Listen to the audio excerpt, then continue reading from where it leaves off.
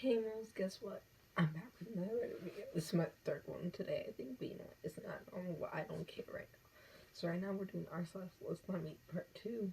But before I get into it, I want to thank a new subscriber. Her name's Trinity. Unfortunately, she could not comment down below because, like, something wasn't working. So we were texting. She's a long-time friend of mine.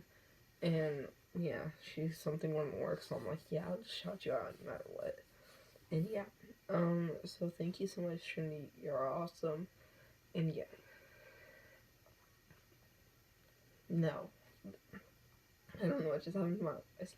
Now let's get right into Let's Not Meet. As soon as this loads. It's not loading. Ah. There it is.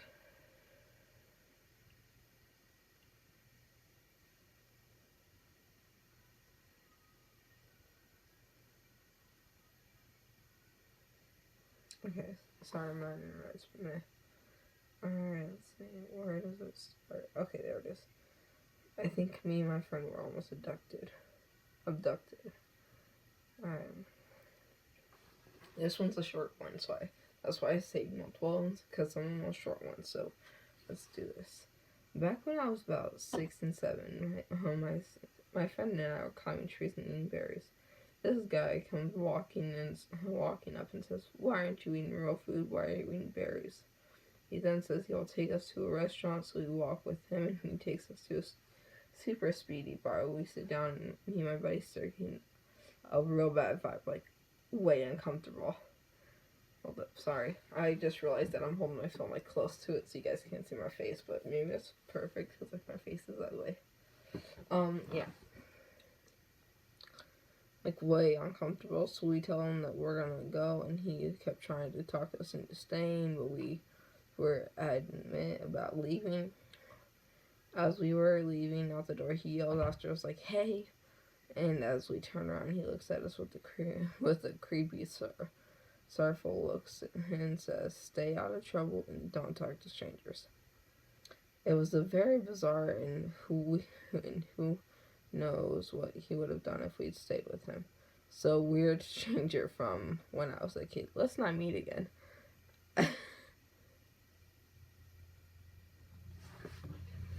Okay, I gotta say, you went to a speedy bar. Nobody even thought this dude bringing in kids. Nobody in a second questioned him. Okay, but terrifying encounter with a local guy. This says it's long. I have no idea, but this says it's long. So a few years back, my father was struggling with an addiction to meth. Oof. He was absolutely bonkers and doing the craziest things. It got to the point where I realized if I didn't intervene, he was going to either kill himself or someone else.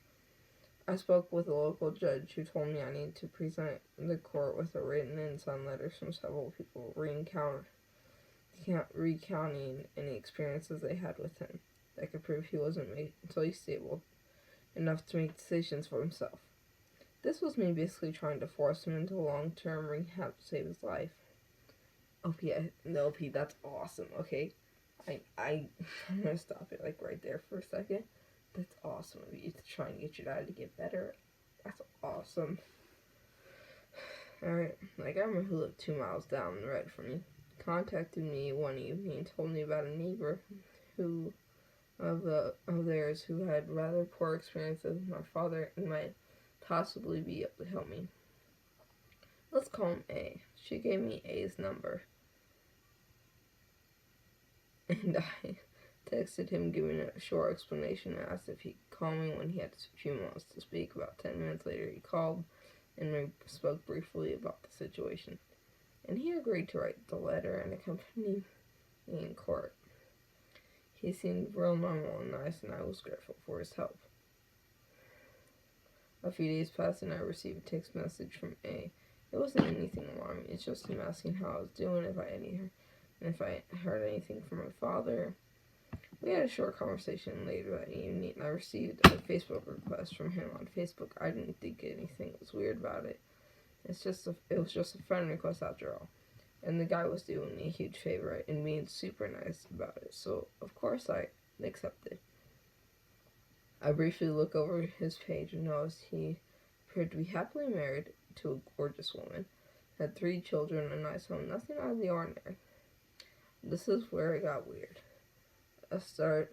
He started texting me quite often after Facebook friendship, and messages started having a bit more flirty tone to them. He kept saying how beautiful I was and how I couldn't believe I was single. He told me my voice was lovely and he wouldn't mind hearing it more often, and requested we spoke on the phone again.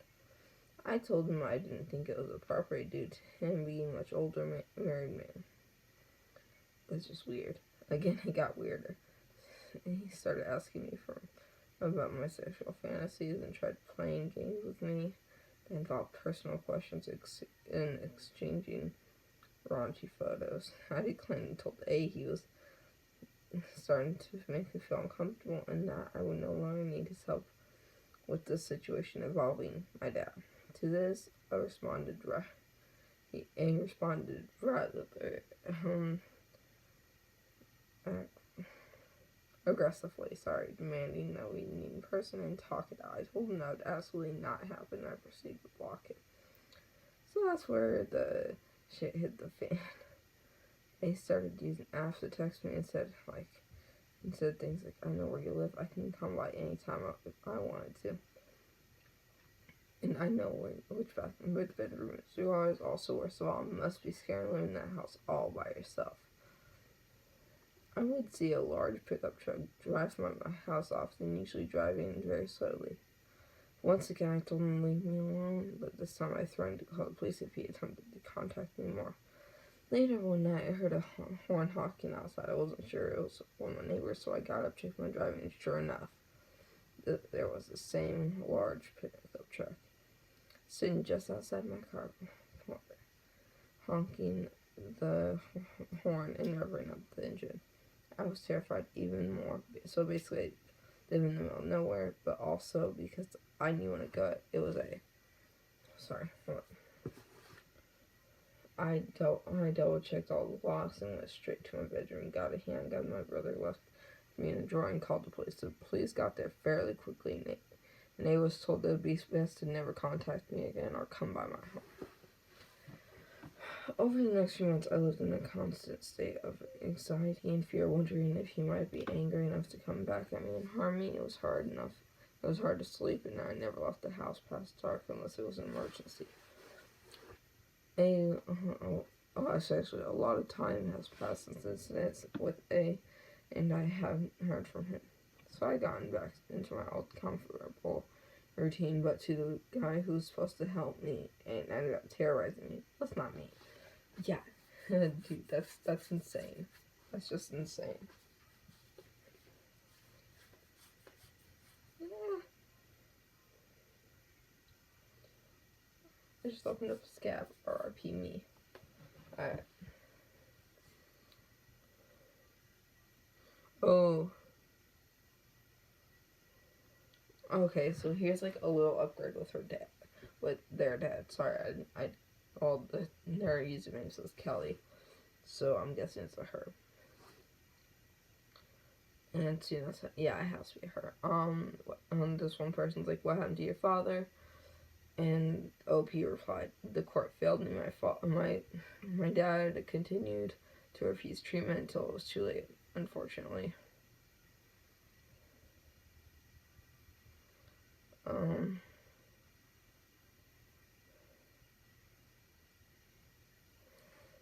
Yeah.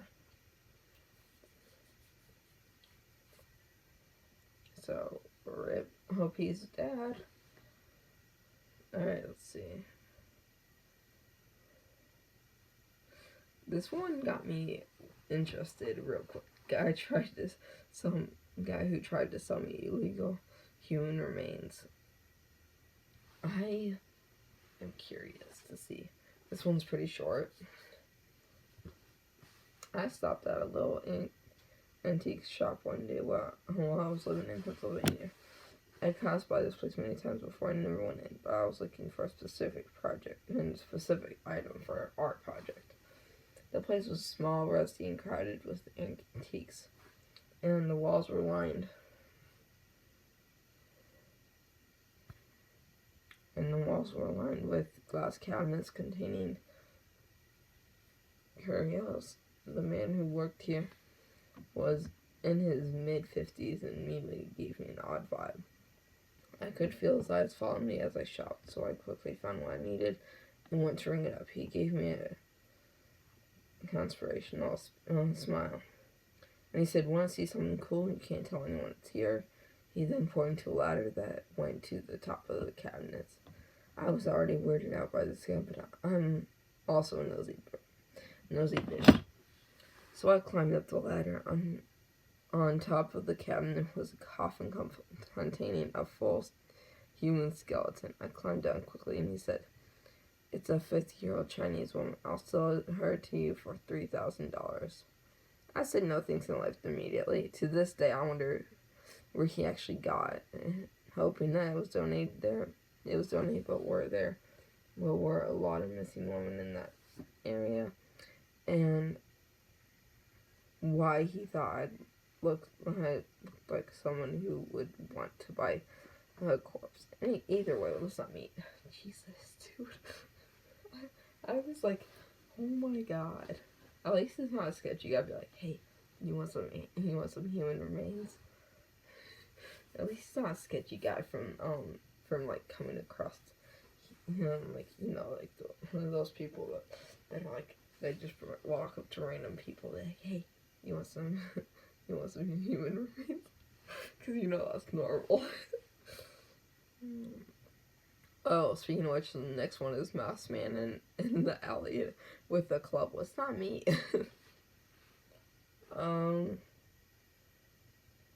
Dude, I saved a lot, but like,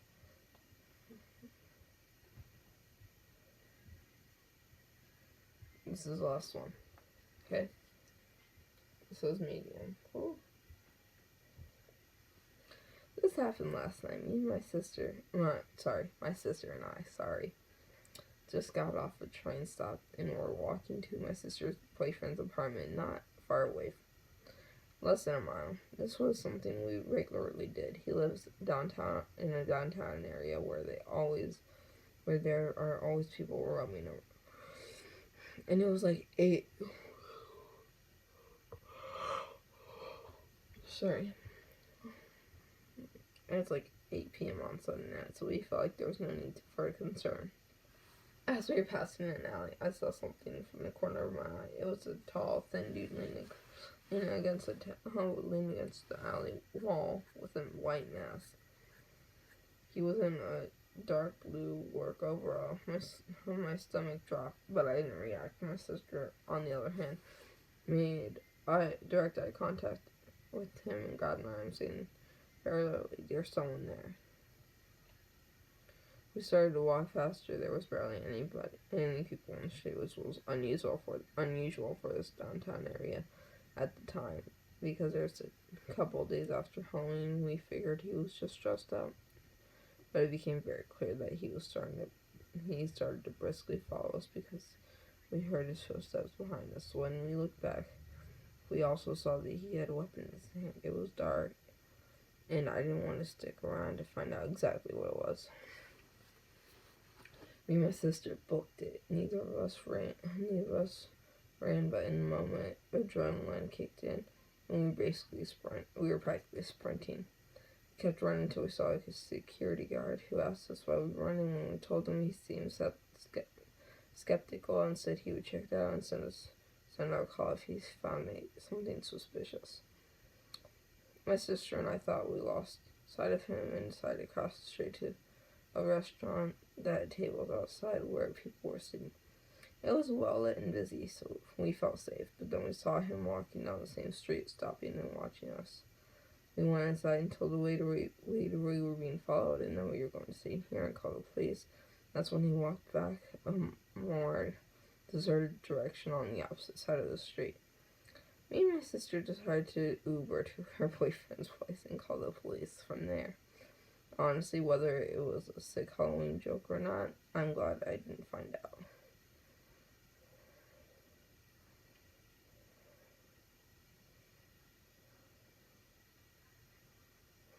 And yeah, I think that's gonna wrap it up. So, Anyway, I'd like to thank Trinity for subbing to us. I'd like to thank everybody who subbed to me. You guys are honestly the best. And yeah, also, well, actually no.